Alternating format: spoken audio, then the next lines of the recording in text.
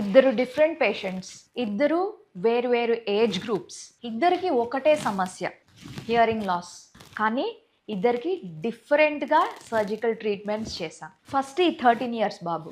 ఈ 13 ఇయర్స్ బాబుకి 107 decibels hearing loss ఉంది ఒకవైపు. అందుకోసం వినికిడి మెషిన్ వాడుతూ ఉన్నాడు అనమాట ఆల్మోస్ట్ 12 ఇయర్స్ నుంచి.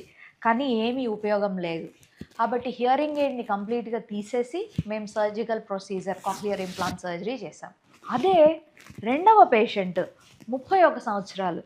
ఈ పేషెంట్కేమో 59 డెసిబెల్స్ హియరింగ్ లాస్ ఉందన్నమాట. అంటే ఆల్మోస్ట్ 60% వినికిడి తగ్గిపోయింది.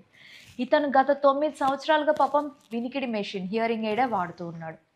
కాకపోతే ఏంటి అంటే ఇక పెళ్లి చేసుకోవాలి, నెక్స్ట్ ఉద్యోగంకి ఇబ్బంది అవుతుంది అనే ఉద్దేశంతో మమ్మల్ని అప్రోచ్ అయ్యారు. ఇప్పుడు ఈ ఇద్దరికి వినికిడి లోపమే అనమాట, ఇద్దరికి హియరింగ్ లాసే. కాకపోతే ఎందుకు డిఫరెంట్గా ట్రీట్మెంట్ చేయాల్సి వచ్చిందంటే, ఒకటేమో పూర్తిగా నరం బలం తగ్గిపోయింది, సెన్సరీ న్యూరల్ హియరింగ్ లాస్ అనమాట. కాబట్టి హియరింగ్ ఎయిడ్ వాడారు, ఇంకా అది ఉపయోగం లేదు కాబట్టి కాక్లియర్ ఇంప్లాంట్కి వెళ్ళారు. అదే రెండవ వాళ్ళకైతే వాళ్ళకి పూర్తిగా ఎముక బలం తగ్గిపోతుంది, అందుకోసంగా నరం బలం బాగుందనమాట. కాబట్టి ఆ ఎముక బలంని తీసుకొని ఎటువంటిదైతే మనకు చిన్న బోన్ కదలకుండా ఉందో దాన్ని రీప్లేస్ చేసేసి అది పిస్టన్ ప్లేస్ చేశాను. సో వినికిడి లోపాలు ఇలా రకరకాలు ఉంటాయి అన్నమాట. హియరింగ్ లాస్ కనుకుంటే హియరింగ్ ఎయిడ్స్ ఒక్కటే కాదు ఆప్షన్, ఇలా డిఫరెంట్ సర్జికల్ ట్రీట్మెంట్స్ ఉంటాయి అనేది మీకు తెలుసుకోవాలి.